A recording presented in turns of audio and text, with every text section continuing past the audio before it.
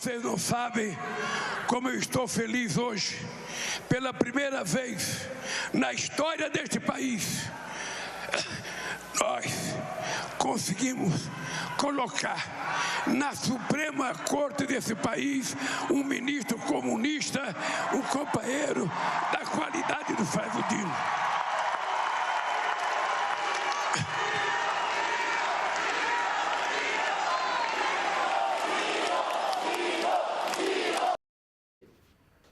Muito bem, pessoal, está começando o Desperta ICL de hoje, sexta-feira, 15 de dezembro, 7 horas da manhã, em ponto horário de Brasília. Estamos ao vivo. Muito obrigado pela companhia de todo mundo. Tudo bem aí, seus comunistas, seus Flávio Dino? Tudo certo com vocês aí? Muito obrigado para quem já está chegando no nosso chat. Eu vi que tem um monte de gente chegando por aí.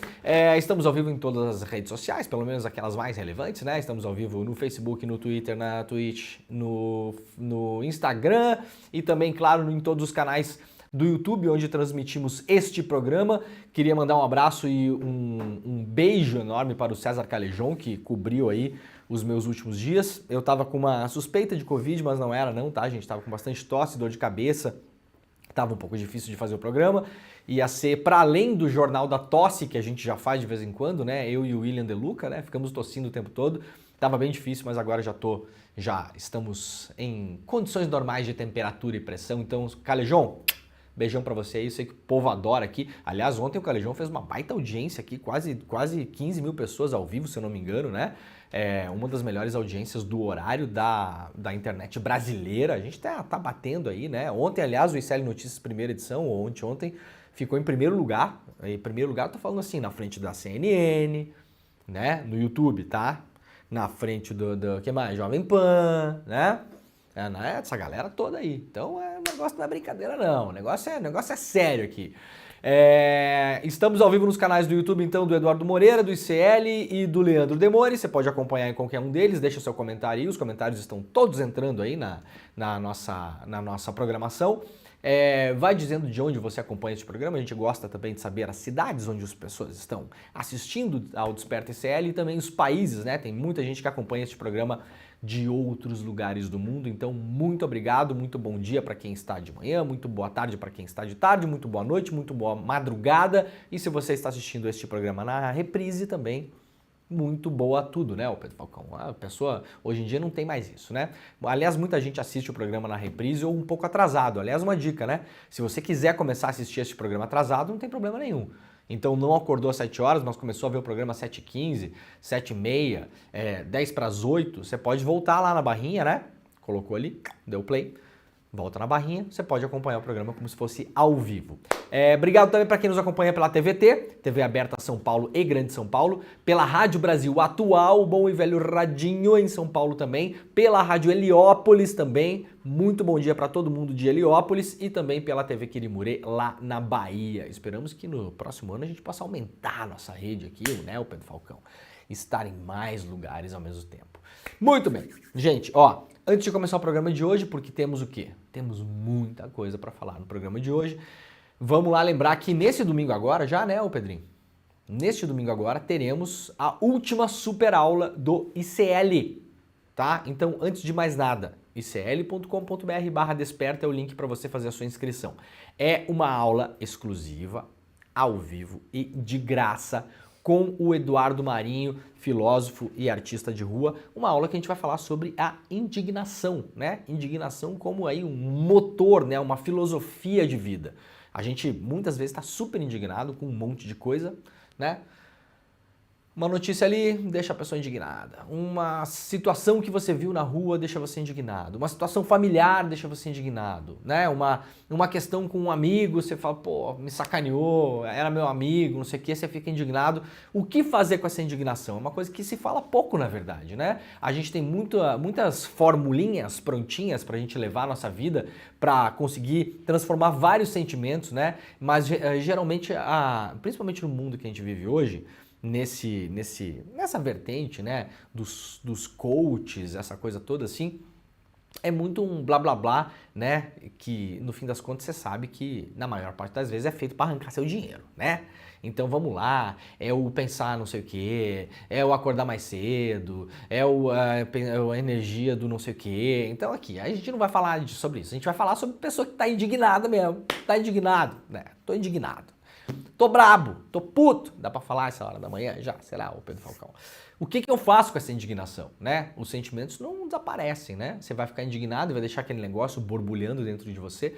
Não, dá pra você instrumentalizar essa parada toda, né? Isso é sobre isso que a gente vai falar. É uma super aula, como as várias que a gente deu no ICL esse ano. Para quem acompanha aqui o programa e os programas, o ICL sabe o que o ICL fez esse ano. Foi um negócio absolutamente fora do padrão do que se faz em qualquer lugar do Brasil. Em qualquer lugar do Brasil. Teve aula sobre Malcolm X. Teve o Domênico De Masi, né? O grande filósofo do ócio criativo, que infelizmente faleceu esse ano. Foi a última aparição em massa do Domênico De Masi. Teve o que mais? Teve Monja Coen. Teve Cornel West, né? O grande pensador negro dos Estados Unidos, que aliás está concorrendo à presidência dos Estados Unidos, falou que vai levar adiante, né? No ano que vem vai levar adiante. É muito difícil você ganhar uma presidência desse jeito, né? Não é de nenhum dos partidos hegemônicos nos Estados Unidos, né? Aquele país super livre que tem só 2 partidos, né? O Pedro Falcão? A grande democracia do mundo. Quantos partidos contam os Estados Unidos? 2. Pois é o modelo, né? Então teve muita coisa muito legal. A gente teve assim, dá pra falar tranquilamente, milhões de pessoas consumindo essas aulas, esses conteúdos do ICL. E eu não tô exagerando não, tá, gente? Vou dar só um exemplo pra vocês. A aula do Edu Marinho já tem 50 mil inscritos. Na verdade, 50 mil inscritos era na semana passada. Eu até nem perguntei o número esse ano, essa semana. Se o pessoal da produção de São Paulo puder falar pra gente quantas pessoas tiver já inscritas para a aula do Eduardo Marinho, mas na semana passada eram 50 mil pessoas para assistir essa aula do Eduardo Marinho, tá? Então vocês imaginem o quanto isso impacta as pessoas que assistem ao vivo. Depois, eventualmente, algumas aulas muito especiais têm repeteco, não são todas.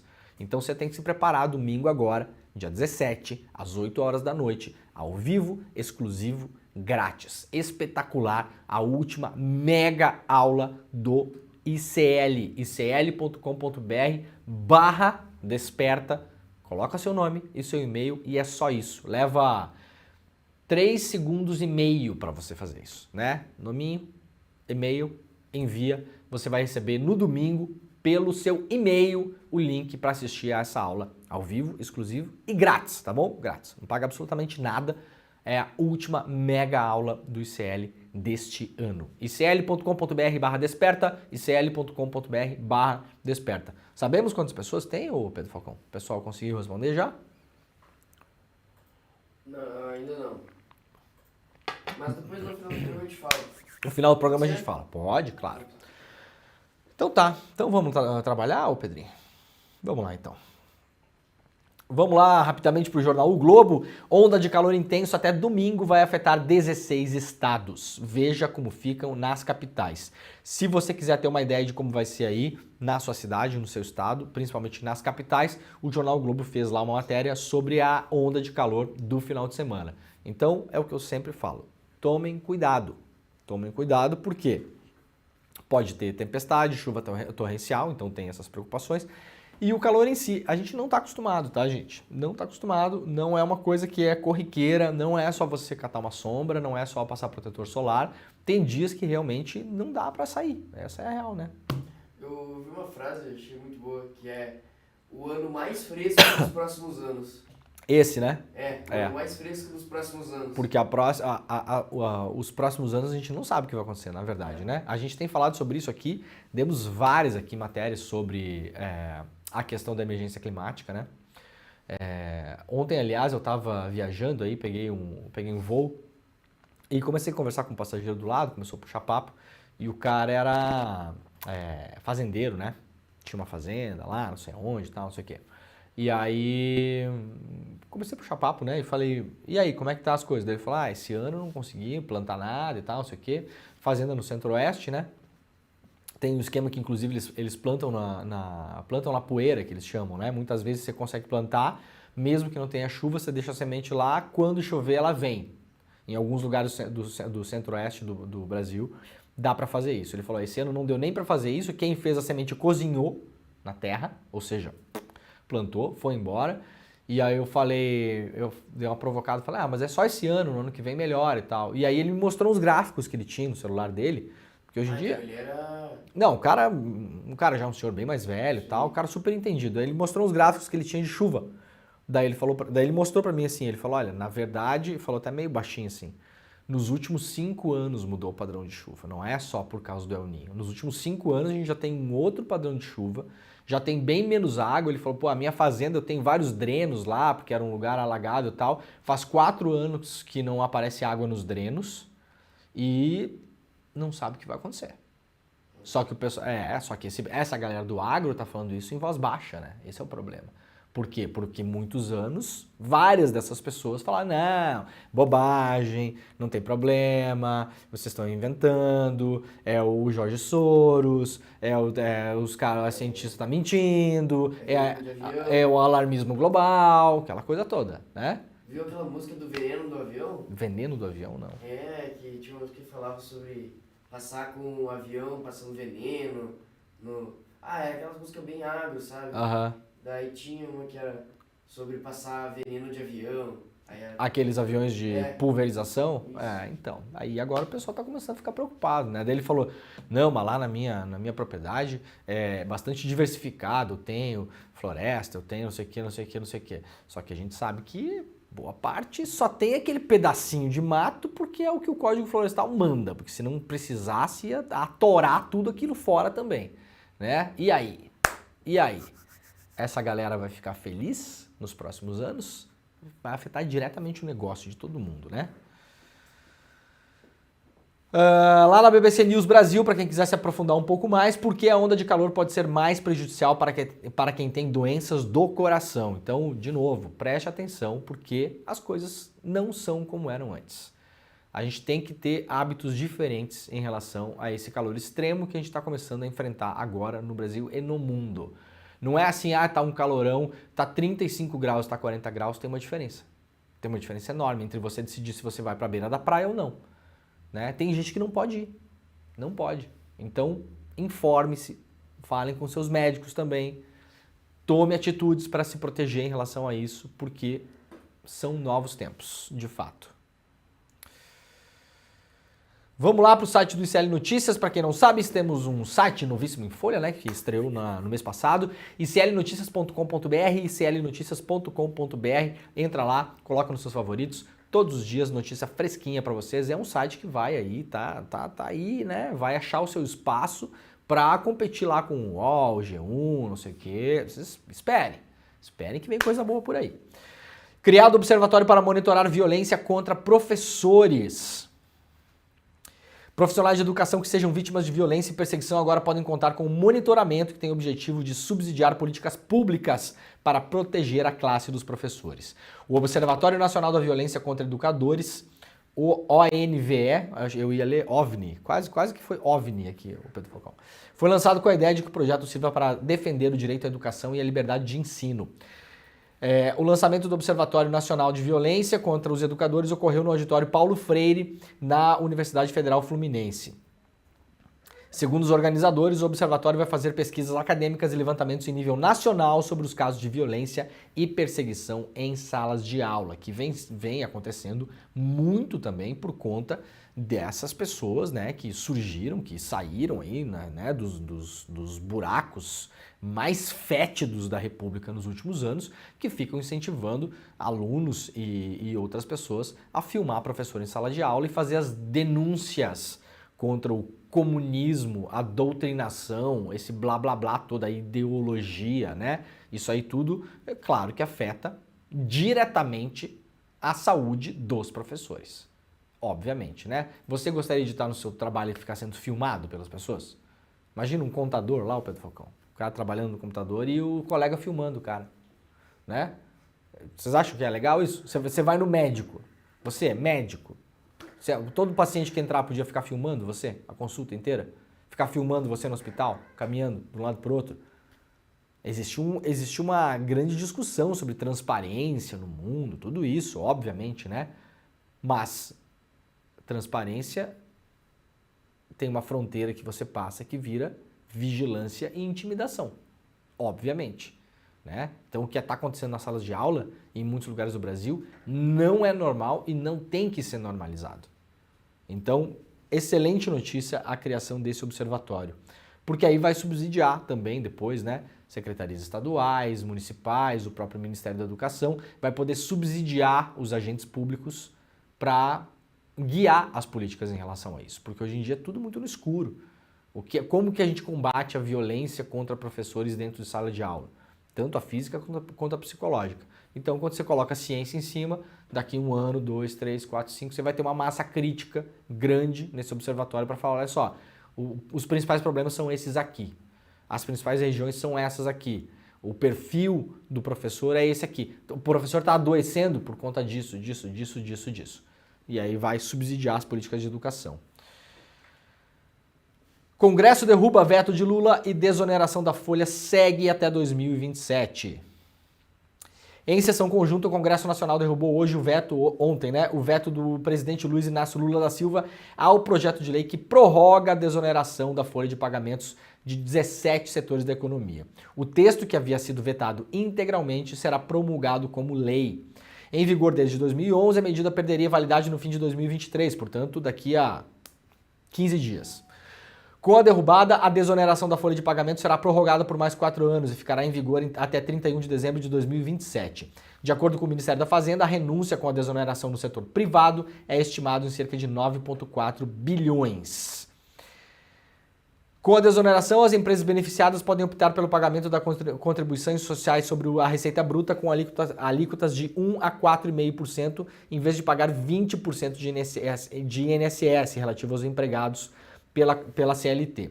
O texto também reduziu de 20% para 8% a contribuição previdenciária patronal paga por pequenos municípios sobre o salário de funcionários. A regra valerá para cidades com menos de 142 mil habitantes.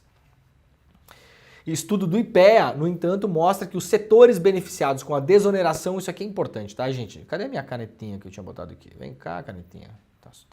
Fugiu aqui, ó. Vamos explicar rapidamente isso aqui, ó. Vamos levantar aqui. Vamos lá. Pega a canetinha, meu amor. Aí. Ó, muito rápido, tá? Desoneração, essa palavra é horrível também, né? Desoneração é o quê? É você cortar imposto da folha de pagamento de salários, tá bom? Então, é isso. Vamos lá. Cortou-se imposto de 17 setores da economia. Eu sou favorável a que as pessoas paguem menos impostos? Claro. Tem alguém que gosta de pagar imposto? Eu não gosto. O Pedro falou que tu gosta de pagar imposto? Eu também não gosto. Quem que gosta de pagar imposto, né? Tem um falso debate em relação a isso, que assim, a direita liberal e tal é a que luta contra o pagamento de impostos e a esquerda gosta de pagar imposto. Você tá maluco? Quem que gosta de pagar imposto? Eu odeio pagar imposto. Entenda a importância do imposto, né? Se eu não pagar imposto, não tem rua, né? Não tem nada, não tem polícia na rua, não tem ambulância, não tem nada se não pagar imposto, óbvio, né? A gente para de pagar imposto, vai fazer o quê? Não tem mais agente de trânsito, não tem escola pública, não tem nada se não pagar imposto, mas eu não gosto. Então, se eu puder pagar menos, eu pago menos, é óbvio. O problema é que escolheram 17 setores da economia de modo bastante, digamos assim, aleatório, entre aspas, né? Com medidas de pressão de lobby no Congresso. Esse é o ponto. Inclusive, já falamos aqui, e no ICL Notícias falamos várias vezes, que a imprensa beneficiada dessa desoneração fez uma cobertura super positiva em relação a isso, sentou o cacete no Lula quando o Lula vetou e em nenhum momento ou em raríssimos casos falou que a imprensa, as empresas de comunicação eram interessadas no negócio. Então, usando o jornalismo como lobby, como propaganda para se beneficiar. Essa é a imprensa neutra e isenta do Brasil. Muito bem. Aí, qual que era a grande... Eu até coloquei aqui esses dias várias empresas de comunicação falando que a desoneração, ela aumenta o emprego, que gera mais emprego, que não sei o quê. Vamos lá ver se isso é verdade? Bora lá. Estudo do IPEA mostra que os setores beneficiados com a desoneração, reduziram o nível de emprego. De acordo com o Instituto, houve queda de 20% para 18,9% no número de empregados desses segmentos de 2012 até 2022. Tá bom? Caiu. Caiu um pouco menos de 2%. Ah, é pouco, Leandro, né? Variou quase na margem. Não, só um pouquinho. O argumento é que ia aumentar. Ele não só não aumentou, ele não ficou nem igual. Caiu. Então, é uma falácia. O levantamento do IPEA revela ainda que a quantidade de trabalhadores que pagam a previdência social entre esses setores beneficiados também caiu, de 17,9% para 16%. O estudo aponta ainda que somente 54,9% dos trabalhadores de setores desonerados contribuem para o INSS, enquanto a média dos outros setores é 63%. Então, assim, gente, é só benefício direto para alguns setores que têm poder de pressão para fazer pressão no Congresso. E, inclusive, entre eles, as grandes empresas de comunicação, que fizeram uma cobertura, entre aspas, desse caso, que na verdade era publicidade, para atuar em benefício próprio, sem avisar a população que o nome daquilo era lobby. Inclusive várias matérias dizendo, né? Aí se faz aquilo que se chama de cherry picking, né? Você vai lá e escolhe, né? Ó, queremos dar uma matéria aqui, mas precisamos da opinião de algum economista ou algum especialista que diga que se você fizer a desoneração vai aumentar o número de contratações. Porque a lógica é assim, ó. A lógica é assim. Eles fazem pressão e dizem o seguinte: se vocês baixarem o imposto sobre a folha desses 17 setores, a gente vai empregar mais. Lógico, óbvio. O que é que acontece no fim das contas? O dinheiro que é economizado pelas empresas e que não é pago para a contribuição em cima da folha de pagamento, ele vira lucro do proprietário da empresa. Lógico, é óbvio. Vocês acham que esse dinheiro vai para onde? Vai para a mão de quem? Foi para a mão do trabalhador? Não. Não tem no estudo do IPEA aqui, mas eu quero apostar, porque a lógica é o que aconteceu no Brasil nos últimos anos, parelho, na imensa maioria dos setores, eu quero apostar que o salário médio das pessoas que trabalham nessas empresas que têm a folha desonerada caiu também. Aposto o que vocês quiserem. Talvez não nos 17. Mas eu aposto que antes da desoneração, anos atrás, era X mil, hoje é X mil menos.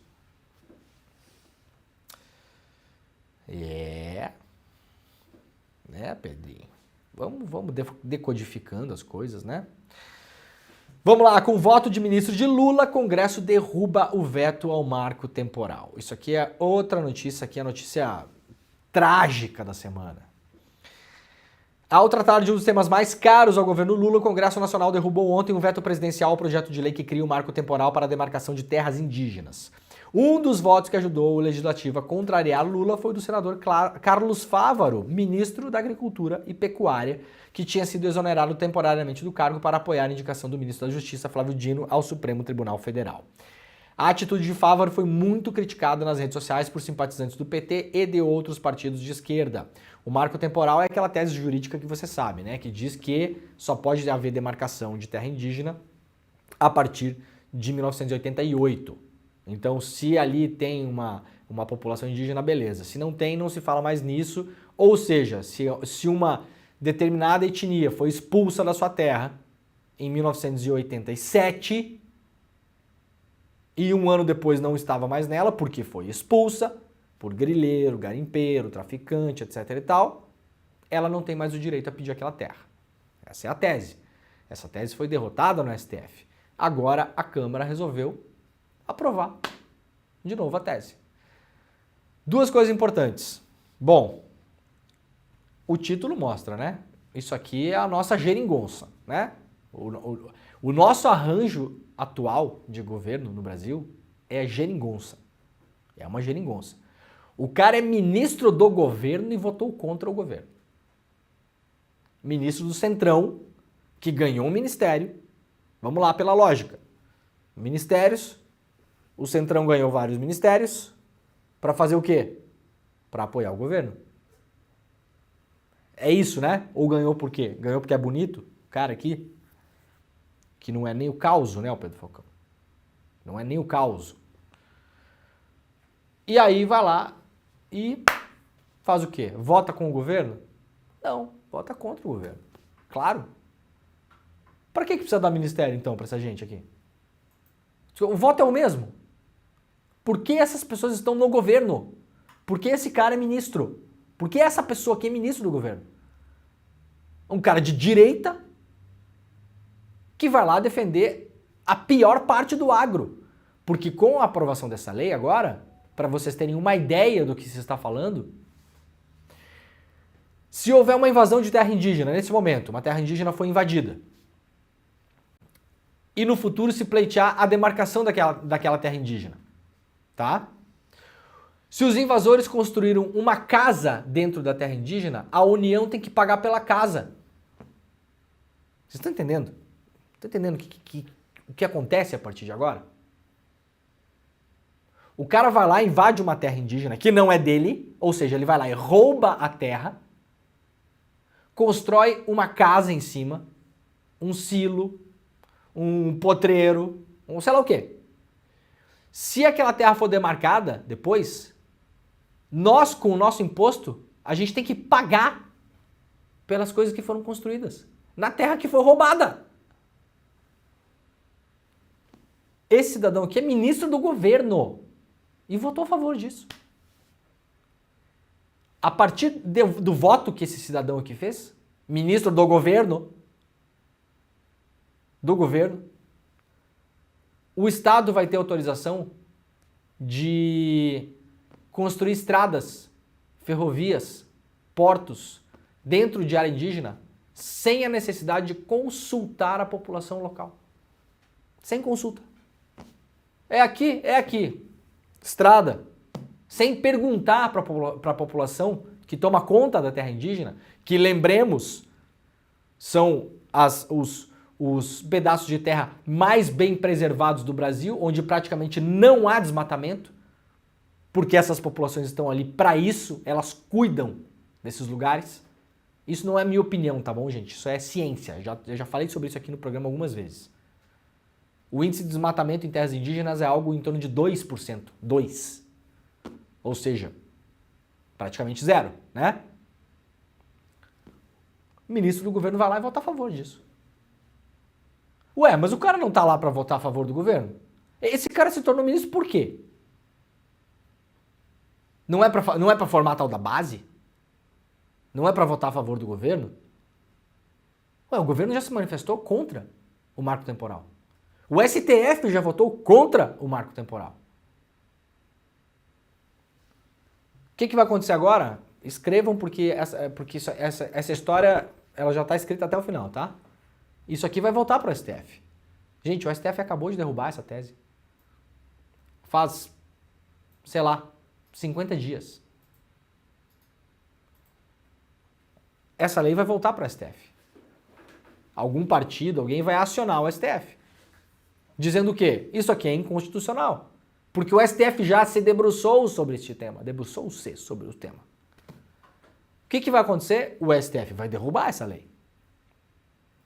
Muito provavelmente, né? O STF vai derrubar essa lei. Ato contínuo, o que veremos na imprensa brasileira? O STF está legislando. Está usurpando a competência da Câmara e do Senado.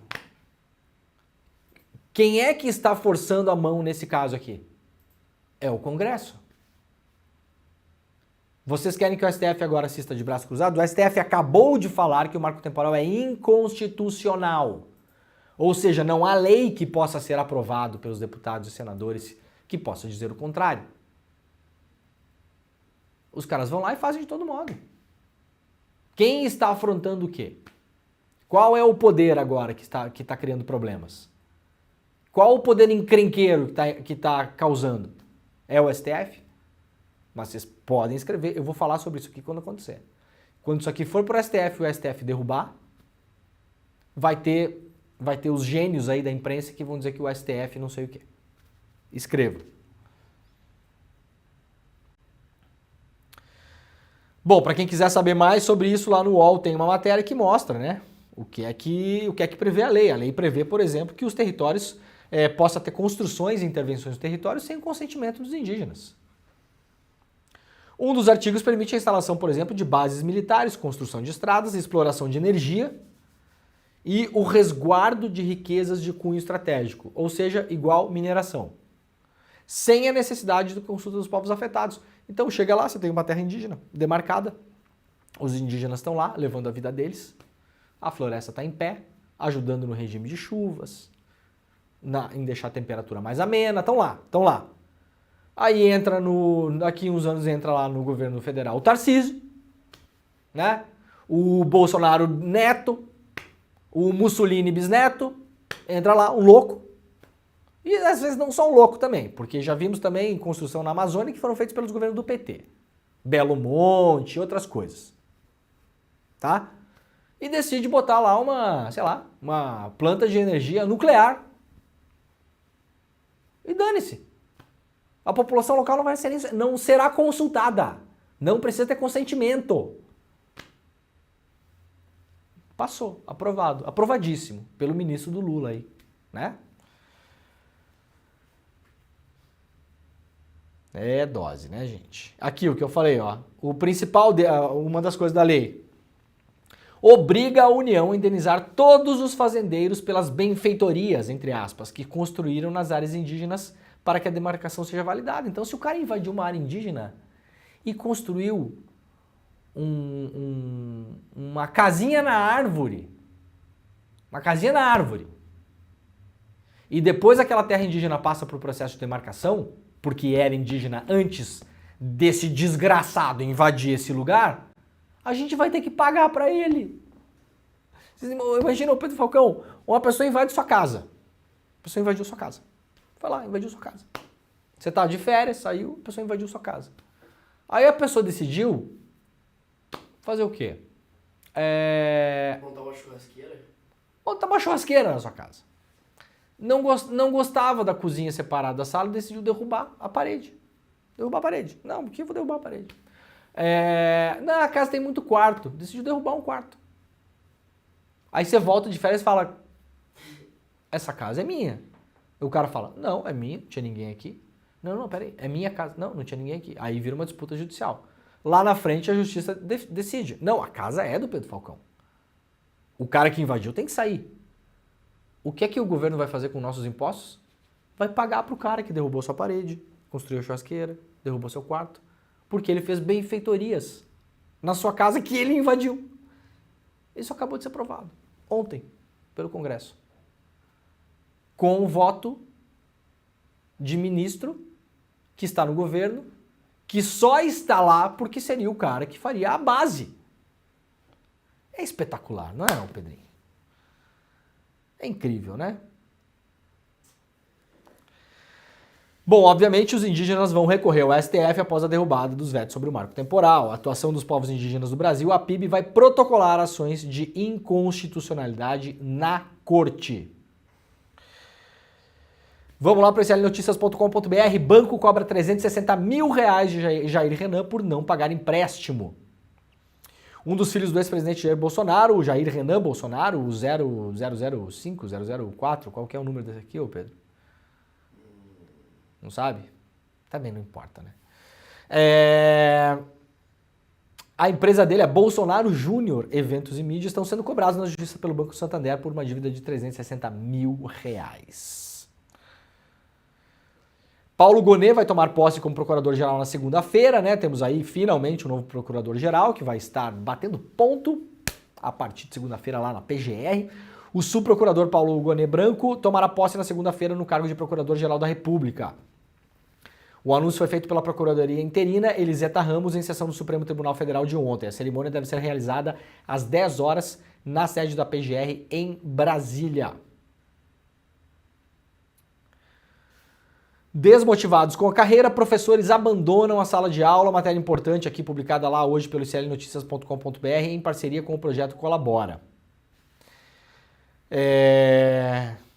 Que mostra aqui, né, longe da romantização, né, da profissão de professor, o amor à profissão já não é mais suficiente para manter milhares de professores na educação pública básica. Segundo dados obtidos pela Lei de Acesso à Informação, de 2012 a 2022, 14 mil profissionais desistiram da carreira na rede estadual somente no Rio de Janeiro.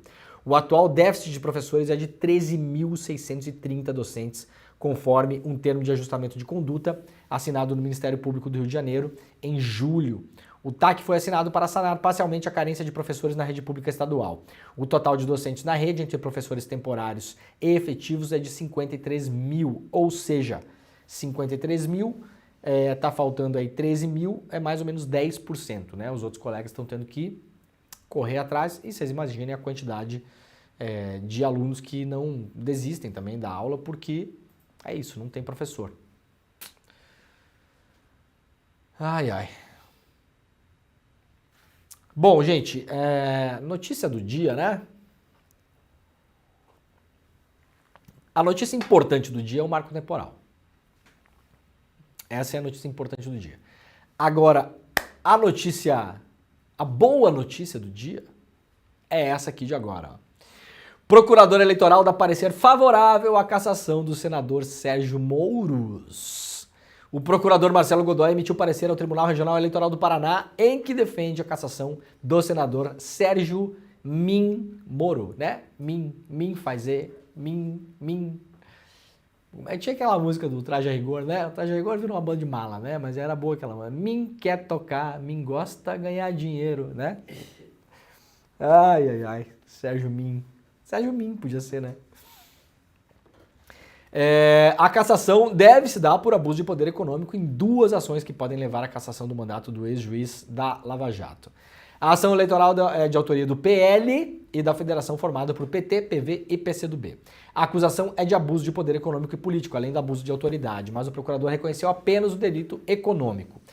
Foram apontados a utilização indevida de veículos ou meios de comunicação social durante o período de pré-campanha e também indícios de corrupção, como dizia o Moro, né? Corrupção, a partir da contratação do escritório do advogado Luiz Felipe Cunha, hoje primeiro suplente de Moro. O objetivo dos impetrantes é a cassação do mandato e a inelegibilidade de Sérgio Moro por 8 anos. Vai fazer companhia lá ao Bolsonaro, né? A defesa de Mouros alega que o gasto na pré-campanha não trouxeram impacto para o resultado eleitoral. Porque o negócio é o seguinte, gente, a alegação, tá? Tem várias coisas ali, várias coisas. O Moro não fez vamos colocar assim, em termos técnicos, uma adequada prestação de contas na campanha dele. E isso aí, vocês podem ter certeza que vai dar problema, tá?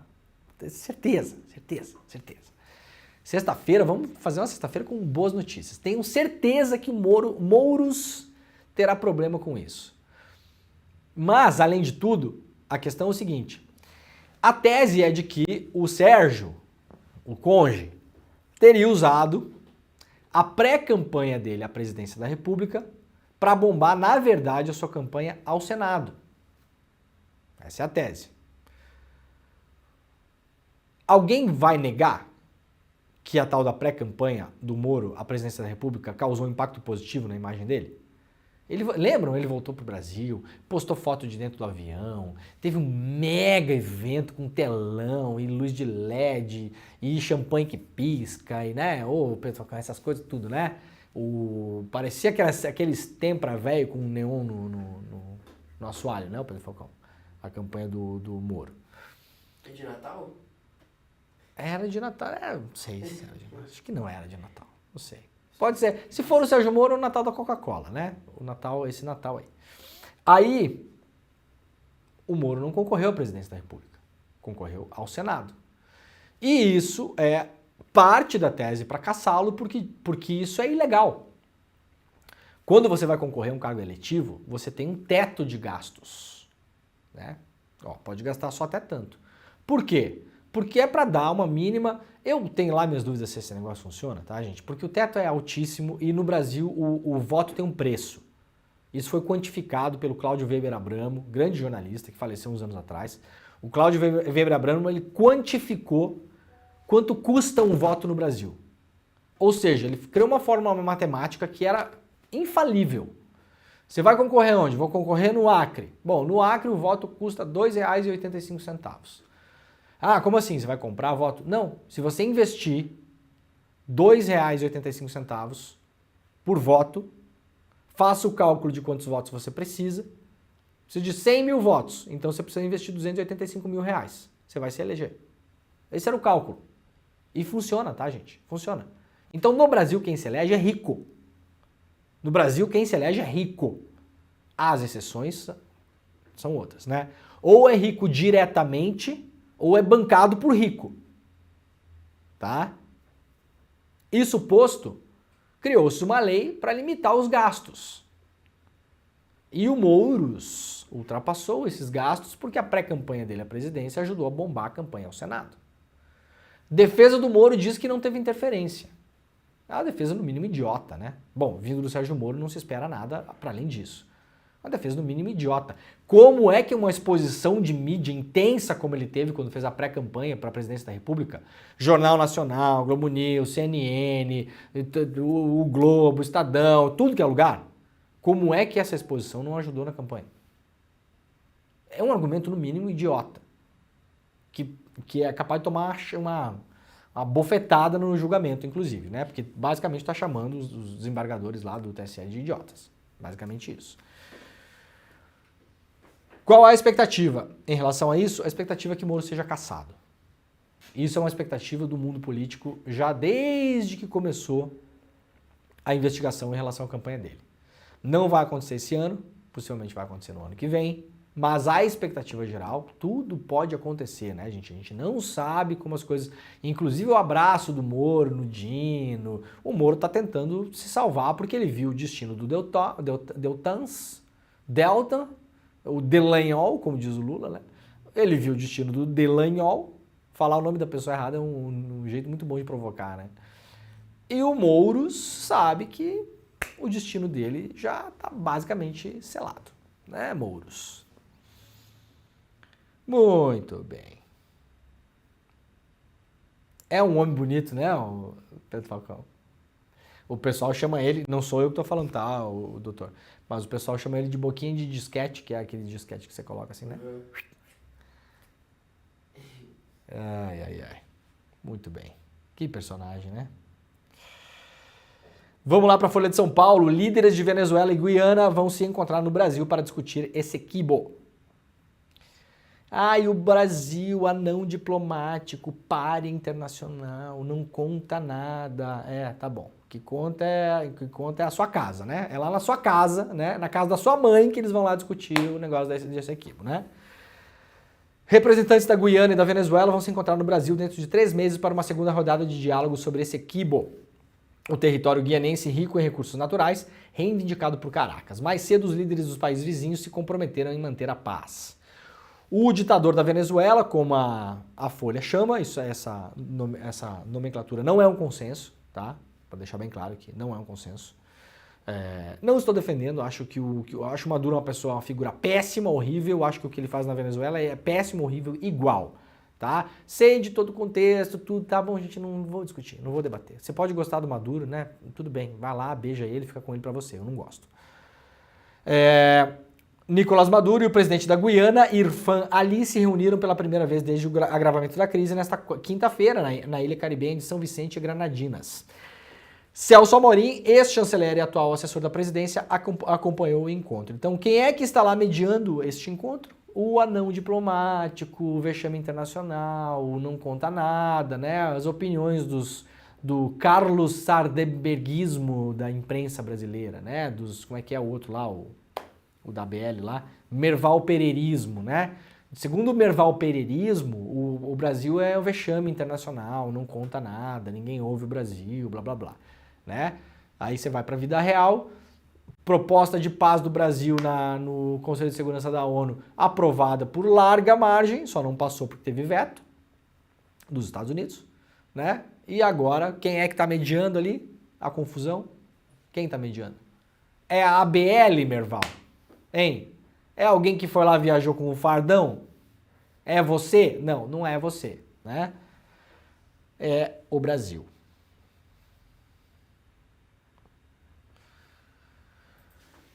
Muito bem, pessoal, só uma dica para vocês, eu não vou ler as matérias aqui porque são matérias mais aprofundadas, né? Não cabe muito aqui, Mas a repórter Amanda Rossi, lá do UOL, tem feito, que é esta moça aqui que está aqui, né? Vamos deixar o vídeo aqui no fundo, que está sem áudio. Ela tem feito matérias super importantes sobre... Sabe aquele esquema quando você vai na farmácia? Você vai na farmácia, primeira coisa que a pessoa pergunta, seu CPF. Aí você faz o quê? Você dá seu CPF. Eu não dou o meu. Não dou. Nem que tem que pegar desconto, não dou. Pago R$8 mais caro no medicamento, não dou desconto. Não pego desconto. Posso fazer isso, né? Tem gente que não pode. Eu posso fazer isso. Na verdade não é desconto, né? Na verdade a pessoa cobra mais de quem não quer dar o CPF. Não tem desconto nenhum, né? O preço é R$50. Se você não der o CPF, você paga 58. Só que a farmácia faz o contrário. Ela fala que o preço é 58. E se você der o CPF, você ganha desconto. Esse é o truque. Aí a Amanda Rossi, ela começou a ir atrás desse esquema. O esquema do CPF, né? Que é uma coisa que vem sendo já debatida e denunciada pela imprensa há um bom tempo. Eu lembro que na época que eu estava no Intercept, a gente fez matéria sobre isso, 3, 4 anos atrás, já, tá? Isso não é uma questão nova. Mas a Amanda Rossi, ela foi fundo na parada. E ela descobriu um esquemão que, inclusive, faz uma espécie de vigilância nos médicos. Então os caras criaram um mega esquema com as farmácias, coleta de dados e laboratórios que tem o intuito de fazer vigilância para entender que medicamentos a gente está tomando, que medicamentos os médicos receitam, faz uma pressão em cima dos médicos para que os médicos façam coisas, por exemplo, como essa aqui, ó. Olha essa receita aqui, ó. Deixa eu aumentar aqui para vocês terem uma ideia, ó. O cara vai lá, dá uma receita sobre uma medicação e o médico tem até carimbo já, olha aqui, ó. Não trocar medicação. Isso aqui é uma medicação que foi receitada, que custa R$60. Esse comprimido aqui, ó. O médico tem até carimbo, ó. Não trocar a medicação, não trocar a medicação, não trocar a medicação. Por quê? Porque o princípio ativo, o genérico desse medicamento na farmácia, custa R$3. 3. Mas a medicação que o médico mandou a pessoa tomar custa 50. 50. O efeito é o mesmo. Vocês já notaram que alguns médicos têm colocado os genéricos em dúvida? Notaram isso já? Não, o genérico não funciona tão bem quanto esse aqui. Tá, mas peraí, esse aí é o quê? Esse aqui é cloridato de não sei o quê. E o genérico? Cloridato de não sei o quê.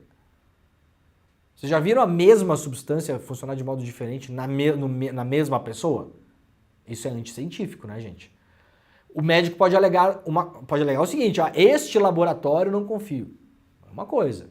Pode falar, não, é esse laboratório que faz esse genérico, eu não confio.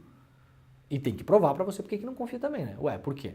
Tem alguma investigação, tem algum parecer da Anvisa e tal? Se não é confiável, por que tá vendendo medicamento na farmácia? Isso é uma coisa. Agora, eu já ouvi de médico que não pode pegar o genérico e tem que pegar o medicamento. Não trocar a medicação aqui, ó. Então a Amanda Rossi, ela foi atrás, é um mega esquema,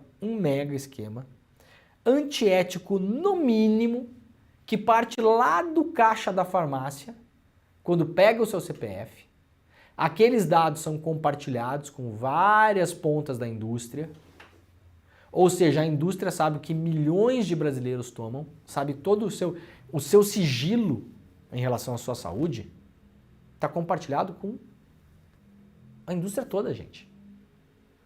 Sabe? Aquele negócio que você tem sigilo. Você tem, por exemplo, uma doença, você não quer que ninguém saiba. Uma doença infecciosa, por exemplo, HIV. É um direito seu. Só você e o seu médico sabem disso. Só que esses dados agora estão espalhados pela indústria. E isso tudo para empurrar medicamentos dessa grande indústria. Os próprios médicos são vigiados, como mostra aqui, né? Vigiados como? Com as receitas. Porque a partir do momento que a receita do médico bate na farmácia, isso vai para um banco de dados privado de empresas que visam apenas ganhar dinheiro, não cuidar da sua saúde, ganhar dinheiro. Então, com o acúmulo de dados, a indústria sabe todos os medicamentos que aquele médico prescreveu. Isso é, de certa forma, uma quebra do sigilo. E aí ela pode ir lá e fazer lobby em cima do médico. Fala, não, o senhor prescreve muito aqui antidepressivo, mas é o genérico. Não, prescreve esse aqui do laboratório. Que aí o senhor vai ganhar bônus por venda, viagem, o navio de cruzeiro, o show do Roberto Carlos, vai. E é assim, porque é assim que é de fato. É assim que a coisa funciona. Medicação para o senhor dar no consultório. É um mega escândalo.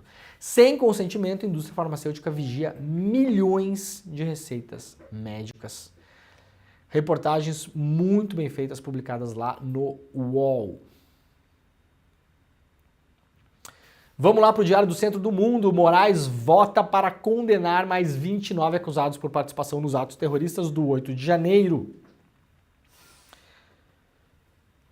Como relator dos processos penais resultantes das denúncias da PGR, Moraes sugere penas que variam entre 14 e 17 anos de prisão, além de danos morais coletivos fixados em 30 milhões de reais. Estes casos estão sendo julgados pelo plenário virtual, onde ministros apresentam seus votos por meio de uma plataforma eletrônica da Corte, dispensando a necessidade de uma sessão presencial. A análise está programada para ser concluída em 5 de fevereiro, ao menos que haja um pedido de vista, o que suspenderia temporariamente a análise ou um destaque levando o caso para o plenário físico. Bombardeio afeta a casa de brasileiros em Gaza.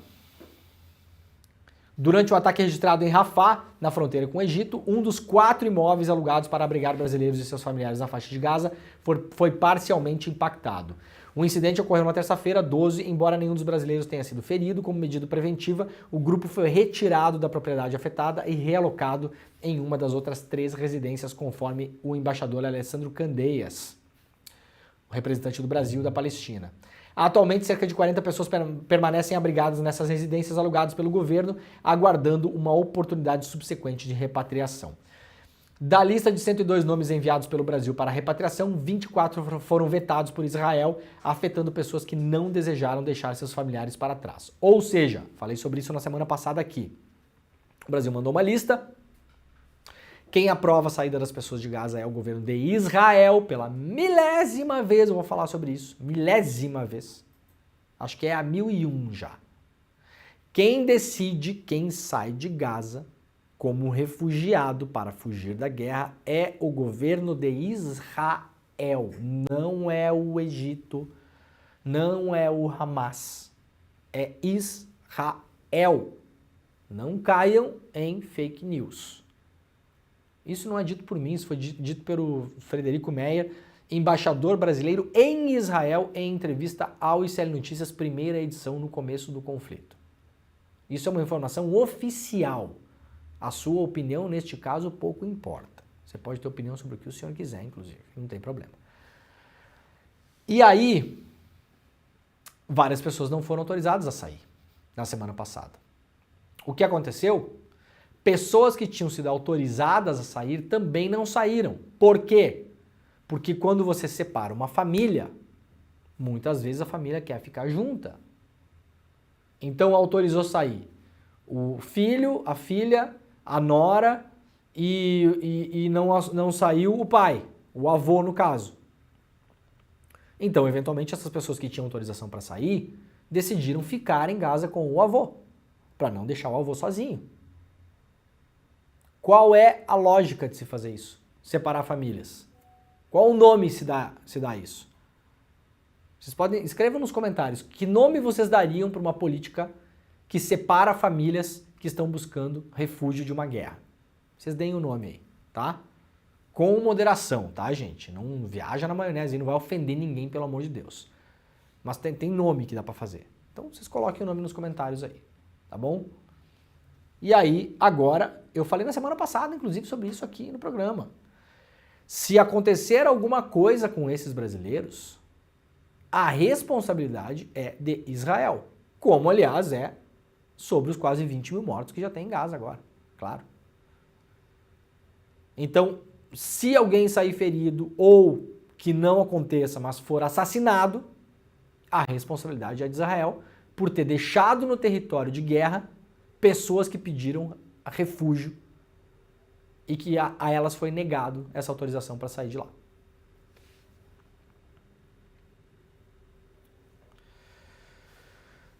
Bom, vamos lá para a última notícia do dia. O SUS atendeu quase 50 baleados por dia em 2022, com um custo equivalente a 1 milhão de mamografias, diz um estudo publicado pelo Instituto Sou da Paz e divulgado hoje lá pelo portal G1. Muito bem, Pedrinho. Estamos chegando ao final do nosso programa. Vamos só falar de novo sobre o nosso... Descobrimos quantas pessoas estão inscritas já? Descobrimos. Quantas? 93.316 pessoas. É o que, meu camarada? Vocês ouviram isso, gente? Olha só. Última aula do ICL do ano. Aula com o Eduardo Marinho, artista, filósofo das ruas, sobre como podemos canalizar a nossa indignação para fazer o bem, no fim das contas, né? Para fazer o bem pra gente e pros outros. 93 mil, Pedro, é isso? 93.316. 93.316 pessoas estão inscritas para acompanhar essa aula. Gente, vocês têm noção do que é isso? Tem noção? Quando a gente fala que a parada aqui é a revolução, né? Quando você fala em revolução, a gente tem ainda aquela ideia do final do século XIX, né?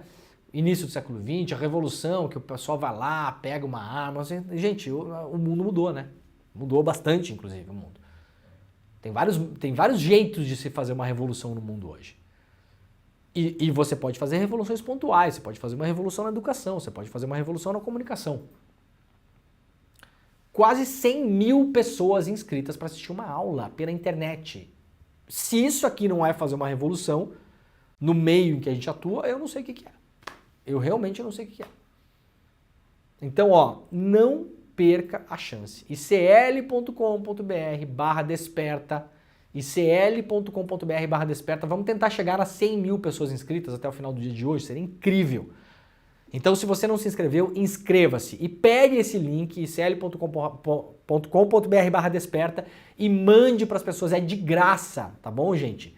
É ao vivo, exclusivo e grátis, domingo às 8 horas da noite. Aprenda a lidar com a sua indignação para fazer o bem para si e para os outros.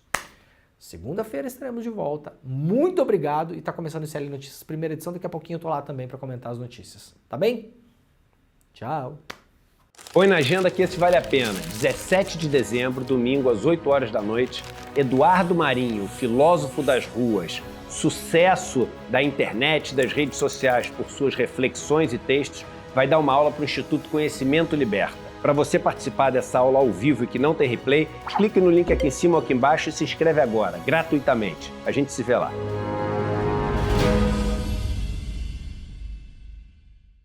Hallo zusammen, meu nome é Júlia Barreiro, eu sou professora de idiomas aqui do CL, sou formada em letras pela USP e tenho mais de 20 anos de experiência dando aula de inglês, alemão e também de português para estrangeiros. Nesse curso de A2 vocês vão avançar no ensino de alemão de vocês, aprender outras estruturas gramaticais, evoluir muito em termos de vocabulário e habilidade de leitura, de escrita e habilidade oral também. O curso de alemão aqui do CL está dentro do pilar profissional. Aqui a gente oferece cursos do pilar espiritual, onde vocês podem fazer, por exemplo, aulas de meditação, de yoga. No pilar cultural, onde vocês podem aprender sobre história, música, cultura. E o pilar profissional, onde vocês podem, entre outras coisas, aprender alemão ou outras muitas línguas que a gente oferece aqui. Então se junte a nós nessa comunidade que só está crescendo. Olá, eu sou André Campedelli, professor do curso de Economia Básica do ICL. Estou aqui para te convidar para fazer esse curso que vai te ensinar os princípios básicos da economia. Tudo o que você precisa saber sobre macroeconomia, sobre microeconomia e os principais conceitos econômicos. Então venho aqui te convidar para você não ficar mais fora desse assunto tão importante para entendermos a realidade e a política brasileira. Então eu te espero lá no curso. Vamos fazer juntos. Um abraço e até a próxima.